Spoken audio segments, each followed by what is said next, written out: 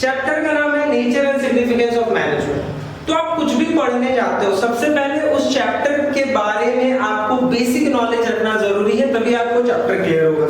Chapter के नाम से स्टार्ट करते हैं। नाम है nature and significance of management. Management के बारे में हम पढ़ने जा रहे हैं। देखो किताबें छोड़ो, अभी हम पढ़ेंगे, बात की बात है। पहले आप जानते हो कि मैनेजमेंट हम अपनी लाइफ में बचपन से कुछ ना कुछ सुनते आ रहे हैं मैनेजमेंट के बारे में। अक्सर ये वर्ड हमारे पास आता रहता है, आज से पहले भी वर्ड हमारे पास कई बार आया गया होगा, तो हमने कई बार इसका मतलब खुद से भी समझा होगा। तो सबसे पहले बात करते हैं कि हमने आज तक मैनेजमेंट का मतलब क्या समझा है। अगर बात करें management as a logical, not as a common student, मतलब कोई भी बच्चा जो कि साइंस आर्ट किसी से रिलेट करता हो, अगर उससे बेसिकली पूछा जाए मैनेजमेंट होता क्या है, तो हर कोई कह सकता है कि मैनेजमेंट का मतलब आई होप किसी चीज को सिस्टमैटिक ढंग से करना, किसी काम को जितना बेहतर हो सके उसको करने के लिए प्लानिंग करना। इस तरह के बहुत सारे आपको आंसर्स मिलेंगे। अगर ऐसा ही कोई आंसर आपके दिमाग में है तो मैं आपको कहना चाहूंगा कि आप 40% से लेकर 60% तक करेक्ट हैं। मैनेजमेंट का मतलब ये होता है कि किसी गोल को अचीव करने के लिए जब हम सिस्टमैटिक काम करते हैं तो उसको हम बोलते हैं मैनेजमेंट। मैनेजमेंट हमारी लाइफ में फ्रॉम द वेरी बिगिनिंग, चाहे वो हमारी जनरल लाइफ हो चाहे वो हमारी प्रोफेशनल लाइफ हो, हर जगह आपको मैनेजमेंट मिलेगा। आप उस पर कभी ध्यान देते हो, कभी नहीं ध्यान देते हो। जैसे फॉर एग्जांपल मैं मैनेजमेंट की अगर बात करूं थोड़ा सा जनरल लाइफ में, तो आप मैनेजमेंट की अगर बात करते हैं तो आपको मैनेजमेंट आपके घर में मिलेगा, मैनेजमेंट आपके प्लेग्राउंड में मिलेगा, मैनेजमेंट आपको आपके स्कूल में मिलेगा। किचन में कैसा मैनेजमेंट होता है? मम्मी लोग किचन में एकदम वेल टाइट स्ट्रक्चर के साथ चीजों को रखती हैं। आप देखोगे चीनी कहाँ रखी हुई है, चाय पत्ती, नमक, दाल, हर चीज के लिए एक स्पेसिफिक प्लेस होता है। क्यों होता है? ताकि कल को अगर आपको कुकिंग करनी हो तो आपको चीजें ढूंढनी नहीं है, आपको पता है नमक कहाँ है, आपको पता है दाल कहाँ है। आप प्लेग्राउंड में जाते हो, वहां मैनेजमेंट कैसे होता है? आप खेलते हो क्रिकेट, सपोज करो आप क्रिकेट खेल रहे हो, आप फील्ड में बकायदे फील्ड सेटिंग करते हो। क्यों करते हो? ताकि आप गेम जीत सको। ऐसा नहीं कि कोई कहीं भी खड़े हो जाता है मैच स्टार्ट हो जाता है। उसी तरह स्कूल में आप देखते हो कि क्लासेस का डिवीजन होता है, टीचर्स के ऊपर उनको सब्जेक्ट्स अलॉट होते हैं, हर किसी को रिस्पांसिबिलिटीज अलॉट होती है। ये सारी चीजें क्यों होती हैं? ताकि एक सिस्टम के साथ काम हो सके।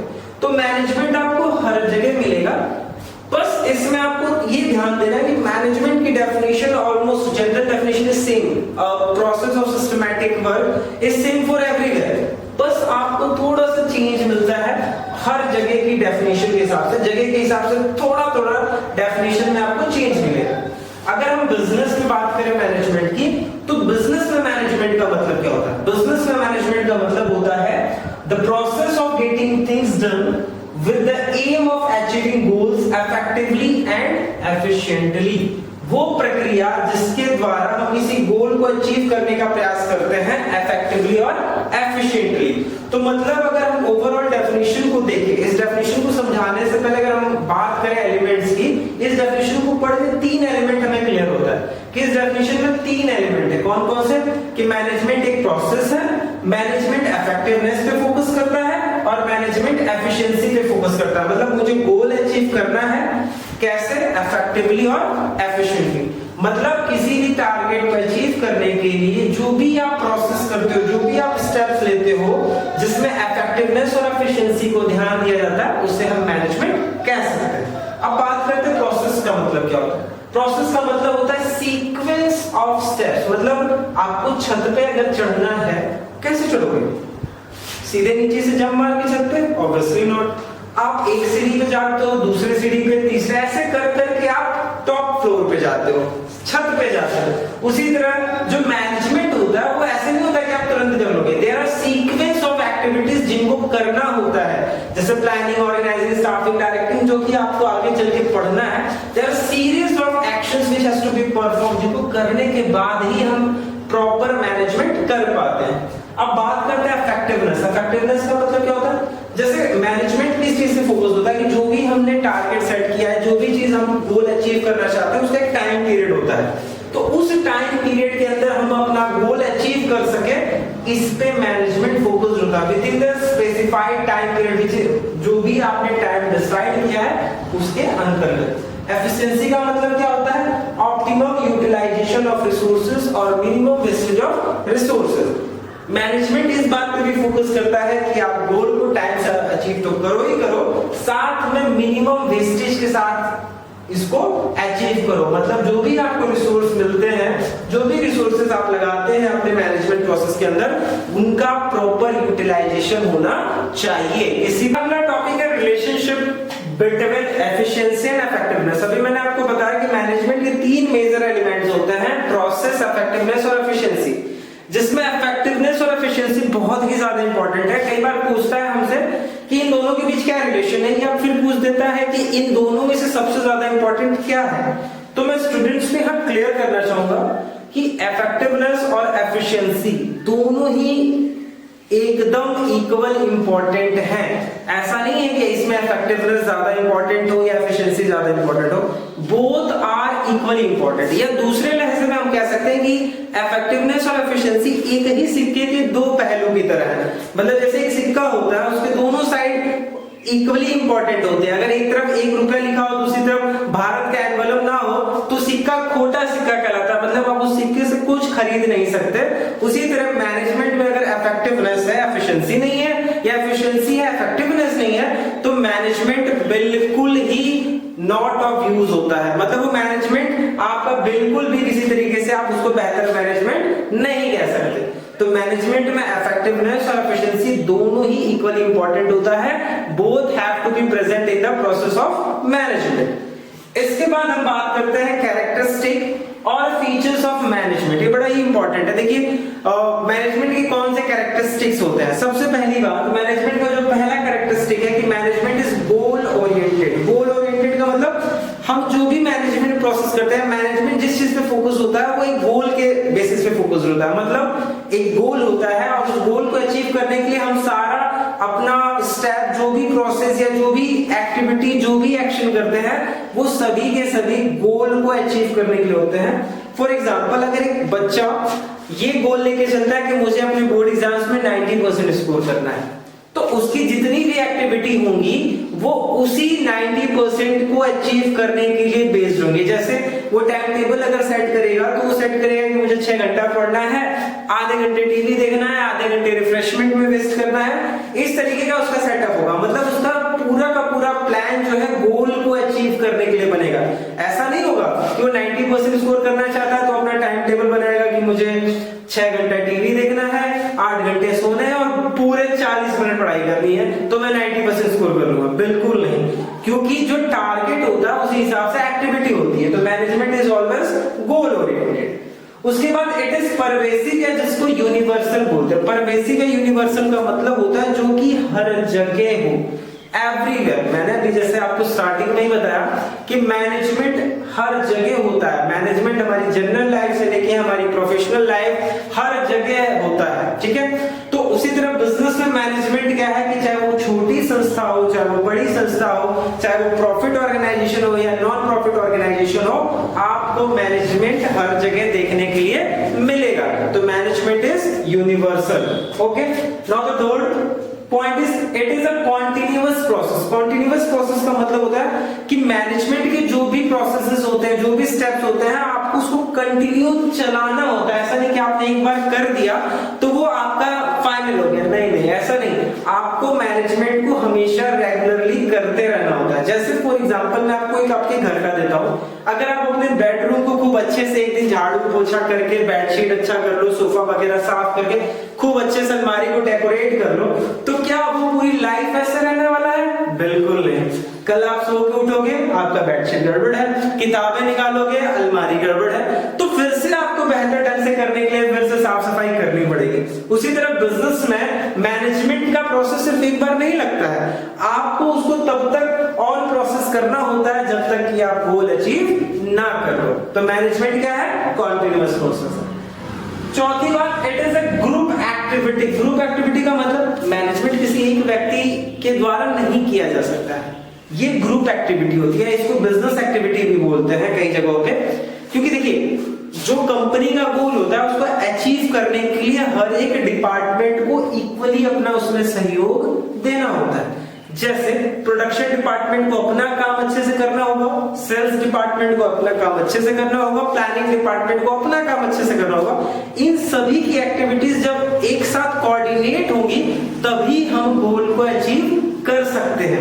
जैसे मैं आपको सपोज करता हूँ, आप कॉमर्स स्ट्रीम के बच्चे हो और अकाउंट्स का टीचर आपको बहुत बेहतर पढ़ा रहा है, इकोनॉमिक्स का टीचर बहुत बेहतर पढ़ा रहा है, लेकिन मैं बिजनेस का टीचर आपको नहीं पढ़ा रहा, क्या कॉमर्स स्ट्रीम टॉप कर पाएगी? बिल्कुल नहीं, वो एक सब्जेक्ट की वजह से गड़बड़ हो जाएगी। तो जरूरी ये है कि इकोनॉमिक्स का टीचर, अकाउंट्स का टीचर और बिजनेस का टीचर, ये सभी के सभी इक्वली कोऑर्डिनेट करें, तभी हम गोल को अचीव कर सकते हैं, तभी हम किसी बच्चे को टॉप करा सकते हैं। तो इसीलिए क्या कहेंगे कि it is a group activity, सभी को कोऑर्डिनेट करके काम करना होता है इसमें, तभी हम गोल को अचीव कर सकते हैं। पांचवा पॉइंट है मैनेजमेंट इज डायनेमिक फंक्शन। इसको समझने से पहले एक चीज समझिए, डायनेमिक का मतलब होता है which changes according to the situation. जैसा सिचुएशन होता है उस हिसाब से परिवर्तन करने को हम बोलते हैं डायनेमिक। जैसे अभी मैं शर्ट में हूं, ये ठंडी का मौसम होता तो मैं जैकेट पहन के यहां खड़ा होता, तो जैसा सिचुएशन होता मैं उस हिसाब से होता। तो डायनेमिक का मतलब होता है कि सिचुएशन के हिसाब से जो चेंज हो। तो management is also a dynamic function, मतलब एक ऑर्गेनाइजेशन के अंदर मैनेजमेंट जो होता है वो सिचुएशन के हिसाब से चीजों में परिवर्तन लाता रहता है। जैसे अभी हमारी प्लानिंग कुछ और है, लेकिन अगर थोड़ा सा प्रिवेलिंग सिचुएशन चेंज होता है तो हम अपनी प्लानिंग में कुछ और चेंजेस ला सकते हैं। इसका एक प्रैक्टिकल एग्जांपल मैं लाइफ से रिलेट करके आपको देना चाहूंगा। जैसे किसी बच्चे ने एकदम डिसाइड कर लिया that any cost he is going to study 6 hours daily, किसी भी सूरत हाल में 6 घंटे पढ़ेगा और इसको इस साल टॉप करना ही करना है, ठीक। लेकिन अब तो कोरोना वायरस आ गया, क्लासेस चल नहीं रही हैं, तब अब ऑनलाइन क्लासेस है। अब ऑनलाइन क्लासेस में सर जितना टॉपिक पढ़ाएंगे उतना ही हमको पढ़ना है। चलो ठीक है, अभी 6 घंटे नहीं पढ़ते, अभी 3 घंटे ही पढ़ पा रहे हैं, तो कुछ अपने से पढ़ने की कोशिश करेंगे। फिर जब हमारी ऑफलाइन क्लासेस स्टार्ट हो जाएंगे, स्कूल में स्टार्ट होगी, तब हम ऐसे पढ़ेंगे। तो क्या होगा, बच्चों को अब अपनी पूरी की पूरी प्लानिंग चेंज करनी पड़ जाएगी। क्यों? क्योंकि उसने प्लान कुछ और किया था और कोरोना वायरस की वजह से प्लान कुछ और हो गया। तो management is a dynamic function. उसी तरह एक ऑर्गेनाइजेशन के अंदर भी मैनेजमेंट में चेंजेस किए जाते हैं according to the prevailing situation. जो सिचुएशंस आते हैं उस हिसाब से चेंजेस किए जाते हैं। छठवां, मैनेजमेंट इज इंटेंजिबल। इंटेंजिबल का मतलब होता है जिसका कोई फिजिकल एक्सिस्टेंस नहीं होता है। We can not see it और touch it, but we can feel it. हम उसको फील कर सकते हैं। तो मैनेजमेंट हम देख तो नहीं सकते, लेकिन मैनेजमेंट से होने वाले बेनिफिट्स, मैनेजमेंट से होने वाली चीजें, मैनेजमेंट से जो परिवर्तन आता है उस सबको हम महसूस कर सकते हैं। जैसे बिजनेस का छोड़ो, अगर मैं प्रैक्टिकल घर की बात करूं, तो अगर आपके साथ आपकी मम्मी बेहतर ढंग से कोऑपरेट करती हैं, आपका रूम वगैरह साफ सुथरा रखती हैं, तो आप उनके मैनेजमेंट को देख तो नहीं सकते, लेकिन आपको अपने रूम में होने वाली साफ सफाई से फील होता है कि हाँ, मम्मी मेरी अच्छे से रूम को डेकोरेट करके रख रही है। उसी तरह बिजनेस में भी होता है कि आप मैनेजमेंट को होते हुए तो नहीं देख सकते, लेकिन मैनेजमेंट को फील कर सकते हो। मैनेजमेंट कोई फिजिकल एक्सिस्टेंस नहीं रखता है। सातवां टॉपिक है it is multi dimensional. Multi dimensional का मतलब क्या होता है कि जो कई एक्टिविटीज को मिला के, मतलब मैनेजमेंट कोई सिंगल एक्टिविटी नहीं बल्कि कई एक्टिविटीज को मिला के बनने वाली एक एक्टिविटी है। अब इसमें कौन कौन सी एक्टिविटी आती है? एक है मैनेजमेंट ऑफ वर्क, दूसरा मैनेजमेंट ऑफ पीपल, तीसरा मैनेजमेंट ऑफ ऑपरेशन। इनको समझाने से पहले मैं आपको एक प्रैक्टिकल एग्जांपल देना चाहूंगा। शादियां आप अक्सर देखते हैं, हम शादियां हमारे घर में भी होती है, हम शादियां अटेंड भी करने जाते हैं, तो मैं ये शादियों के एग्जांपल के थ्रू इसको समझाने की कोशिश करता हूँ। जैसे देखो, शादियां होती हैं, बारात आने वाली होती है, तो जैसे फॉर एग्जांपल होता क्या है, सबसे पहले हम क्या करते हैं, जो मेन व्यक्ति होता है वो ये देखता है कि बारात आएगी तो मुझे मेहमानों को पानी कहाँ पिलाना है, मेहमानों के खाने की व्यवस्था कहाँ होगी, मेहमानों को रोकना कहाँ है, इस तरह की जितनी भी एक्टिविटीज वो फाइनलाइज होंगी। अब पानी पिलाना है, खाना खिलाना है, मेहमानों को बैठने के लिए जगह उपलब्ध कराना, ये तो काम हो गया। लेकिन ये काम खुद से नहीं हो सकते, इनको करने के लिए हमें क्या चाहिए? पीपल चाहिए, ह्यूमन रिसोर्स चाहिए। मतलब पानी पिलाने के लिए एक व्यक्ति, 2 व्यक्ति, 3 व्यक्ति, जो भी रिक्वायरमेंट हो, खाना खिलाने के लिए कुछ लोग चाहिए हमें, फिर मेहमानों के सिटिंग अरेंजमेंट के लिए लोग चाहिए हमें। तो दूसरे नंबर पे हम क्या करते हैं, काम जिसको हम बोलते हैं मैनेजमेंट ऑफ वर्क। दूसरे नंबर पे क्या कर रहे हैं कि अब उन कामों को कौन करेगा, वो ह्यूमन रिसोर्स गैदर कर रहे हैं, उसको क्या बोलते हैं मैनेजमेंट ऑफ पीपल। अब हमने काम डिसाइड कर लिया, लोग डिसाइड कर लिए कि कौन वो काम करने वाला है, तो जो तीसरी सबसे इंपॉर्टेंट चीज होती है उसको गाइड करना। जैसे अगर आप किसी व्यक्ति को कोई काम दे देते हो कि भाई चल तुझे पानी पिलाना है मेहमानों को, तो ये गारंटी नहीं है कि आप उसको काम दे दिया तो काम करेगा ही करेगा। हो सकता है कि वो पानी पिलाते पिलाते कहीं घूमने चला जाए, हो सकता है कि वो जो डांस हो रहा है बारात में वो देखने चला जाए, तो क्या होगा आपका पानी पिलाने का जो काम है वो डिस्टर्ब हो जाएगा। तो ये जरूरी है कि आप रेगुलर चेक करते रहें कि काम हो रहा है कि नहीं हो रहा है, इसको बोलते हैं मैनेजमेंट ऑफ ऑपरेशन। तो इन तीन कामों को मिला के मैनेजमेंट प्रोसेस तैयार होता है, इसीलिए मैनेजमेंट को बोलते हैं management is a multi dimensional activity. हमारा जो अगला टॉपिक है वो है ऑब्जेक्टिव्स ऑफ मैनेजमेंट। ऑब्जेक्टिव्स का मतलब क्या होता है, हम कोई भी प्रोसेस करते हैं, कोई भी एक्टिविटी करते हैं, तो उसका कोई ना कोई एंड रिजल्ट प्राप्त करने के लिए हम उसको करते हैं। तो जो एंड रिजल्ट हमको मिलता है उसको हम बोलते हैं ऑब्जेक्टिव। तो उसी तरह मैनेजमेंट जो भी हम ओवरऑल प्रोसेस करते हैं, जो भी एक्टिविटीज हम मैनेजमेंट के अंतर्गत करते हैं, तो उसके कुछ ऑब्जेक्टिव्स होते हैं बिजनेस के जो वो अचीव करना चाहती है। बेसिकली एक ऑर्गेनाइजेशन का मैनेजमेंट में तीन ऑब्जेक्टिव्स होता है, इनको तीन ग्रुप में कैटेगराइज किया गया है। वो है ऑर्गेनाइजेशनल ऑब्जेक्टिव, सोशल ऑब्जेक्टिव और पर्सनल ऑब्जेक्टिव है जिसको बोलते हैं हम ह्यूमन ऑब्जेक्टिव।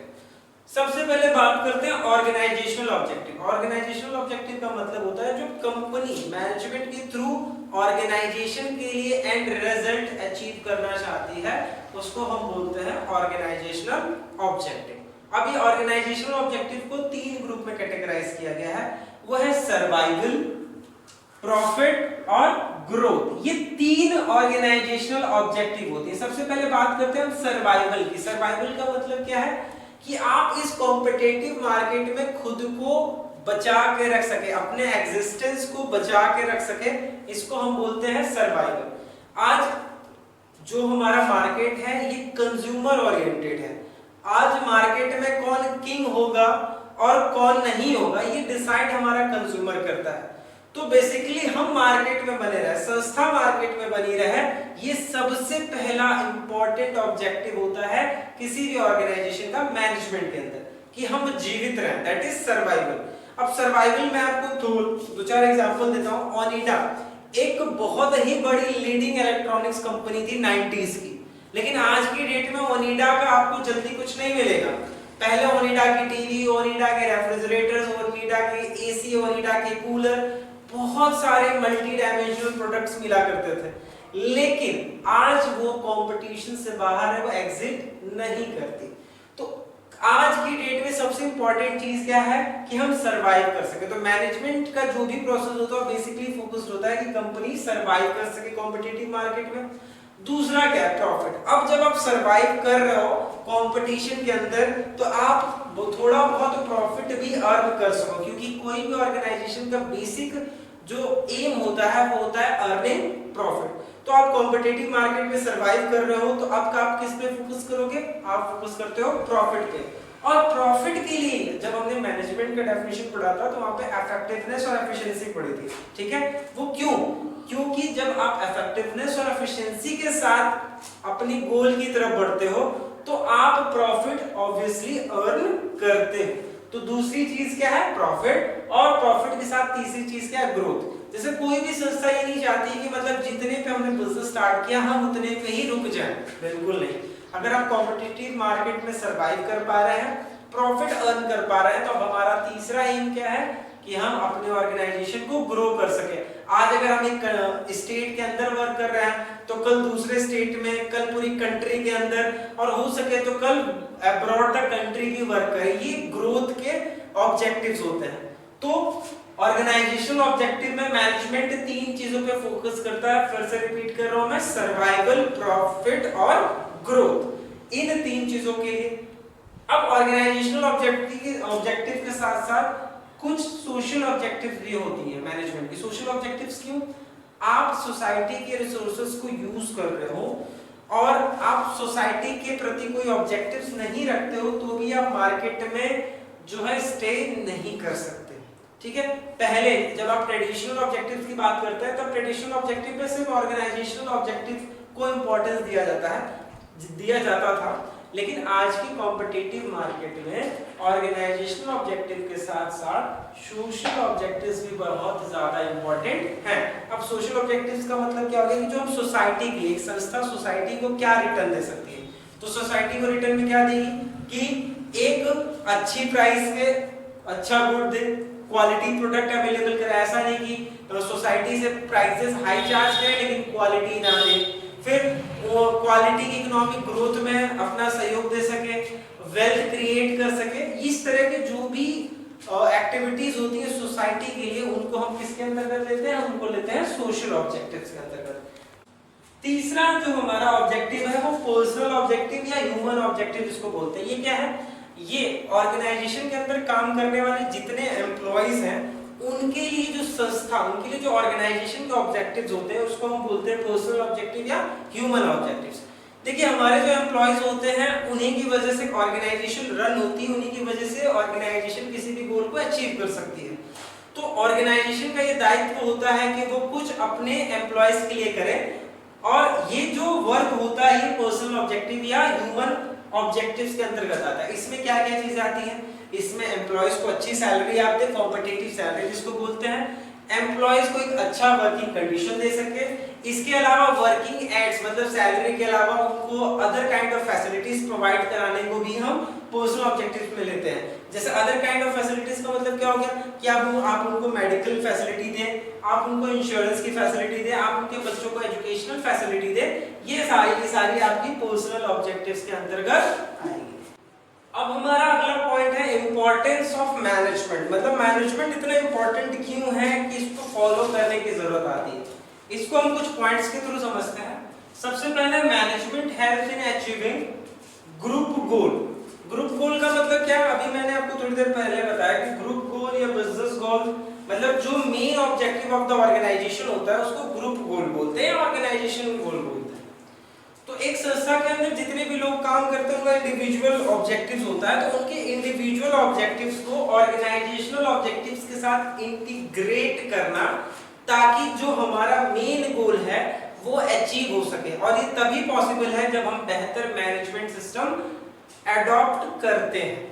तो मैनेजमेंट क्या करता है कि जितने भी individuals within the organization work कर रहे हैं उन सभी के जो वर्क को है इंटीग्रेट कर देता है ग्रुप गोल की तरफ, ताकि हम अपने ग्रुप गोल को इजीली अचीव कर सके। दूसरा पॉइंट है मैनेजमेंट इंक्रीजेस एफिशिएंसी। एफिशिएंसी का मतलब क्या होता है, एफिशिएंसी उसको बोलते हैं जब आप मिनिमम वेस्टेज के साथ मैक्सिमम प्रोडक्शन करते हैं। अब जैसा कि हमने मैनेजमेंट में स्टार्टिंग में ही पढ़ा था कि management is the process of achieving goals effectively and efficiently. Efficiently का मतलब होता था कि हम मिनिमम वेस्टेज और मैक्सिमम प्रोडक्शन पे फोकस्ड वर्क करें। तो जब आप ऐसे वर्क करेंगे तो आप ऑब्वियसली अपनी कंपनी की एफिशिएंसी को इंक्रीज कर पाएंगे, मतलब मिनिमम रिसोर्स में आप मैक्सिमम प्रोडक्शन कर सकते हैं। तीसरा है मैनेजमेंट क्रिएट्स डायनामिक ऑर्गेनाइजेशन। अभी थोड़ी देर पहले मैंने आपको डायनामिक वर्ड का मतलब बताया था कि a characteristic in which you change according to the situation. तो संस्था भी प्रिवेलिंग सिचुएशन के हिसाब से चेंजेस कर सके उसको डायनामिक बोलते हैं।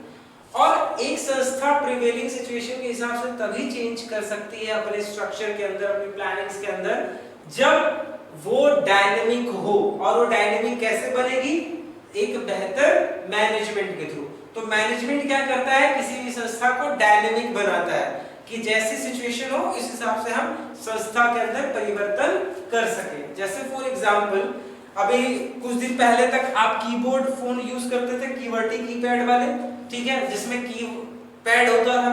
वही कंपनी आज आपको टच स्क्रीन अवेलेबल करवा रही है। कैसे पॉसिबल हुआ, उसने कोई नया प्लांट सेटअप नहीं किया होगा, उसने क्या किया होगा कि प्रिवेलिंग सिचुएशन के हिसाब से धीरे धीरे अपने रिसोर्सेज को चेंज करके कीपैड फोन से खुद को टच स्क्रीन फोन में कन्वर्ट किया होगा। तो मैनेजमेंट की वजह से ये पॉसिबल हो पाता है। चौथा क्या है, management help in achieving personal objective. अभी हमने पढ़ा कि बेसिकली 3 ऑब्जेक्टिव होते हैं, ऑर्गेनाइजेशनल और किसी भी ऑर्गेनाइजेशन के, वो होता है ऑर्गेनाइजेशनल ऑब्जेक्टिव, सोशल ऑब्जेक्टिव या पर्सनल, या जिसको ह्यूमन ऑब्जेक्टिव बोलते हैं। पर्सनल ऑब्जेक्टिव का मतलब होता है हमारे जो एम्प्लॉइज हैं उनके लिए हमारे जो ऑब्जेक्टिव्स होते हैं उनको हम क्या बोलते हैं, पर्सनल ऑब्जेक्टिव्स। तो एक बेहतर मैनेजमेंट के थ्रू ही हम पर्सनल ऑब्जेक्टिव्स को अचीव कर सकते हैं। और पर्सनल ऑब्जेक्टिव्स कौन कौन से हैं कि हम अपने एम्प्लॉइज को अच्छी सैलरी दें। सैलरी कहाँ से देंगे, जब आपको अच्छी प्रॉफिट होगी। और प्रॉफिट कैसे होगी, अभी मैंने बताया एफिशिएंसी आएगी तो ऑब्वियसली प्रॉफिट होगी, प्रॉफिट होगी तब अच्छी सैलरी आप दे पाएंगे। बेहतर मैनेजमेंट होगा तो उनको अच्छा काम करने का एनवायरनमेंट आप अवेलेबल करवा पाएंगे और उसके साथ साथ other kind of facilities available करवा पाएंगे।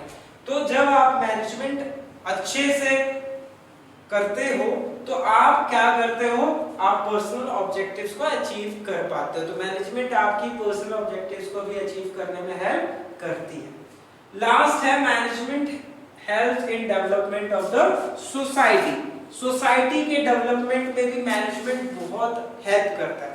कैसे हेल्प करता है, जैसा कि मैंने आपको बताया कि बेहतर मैनेजमेंट होगा तो कंपनी को हाई प्रॉफिट होगा तो कंपनी अपने एम्प्लॉइज को अच्छी सैलरी देगी, उसके साथ साथ सोसाइटी के लिए भी अच्छा करेगी, सोसाइटी को good quality of resources available कराएगी, गुड्स अवेलेबल कराएगी रीजनेबल प्राइस पे, सोसाइटी की इकोनॉमिक वेल्थ को इंक्रीज करने में हेल्प पाएगी, लोगों की लाइफ स्टैंडर्ड को इंक्रीज करने में हेल्प कर पाएगी।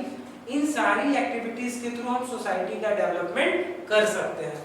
तो पांचवा जो हमारा पॉइंट था, management helps in development of society. तो इन सभी पॉइंट्स की वजह से मैनेजमेंट बहुत ही इंपॉर्टेंट होता है।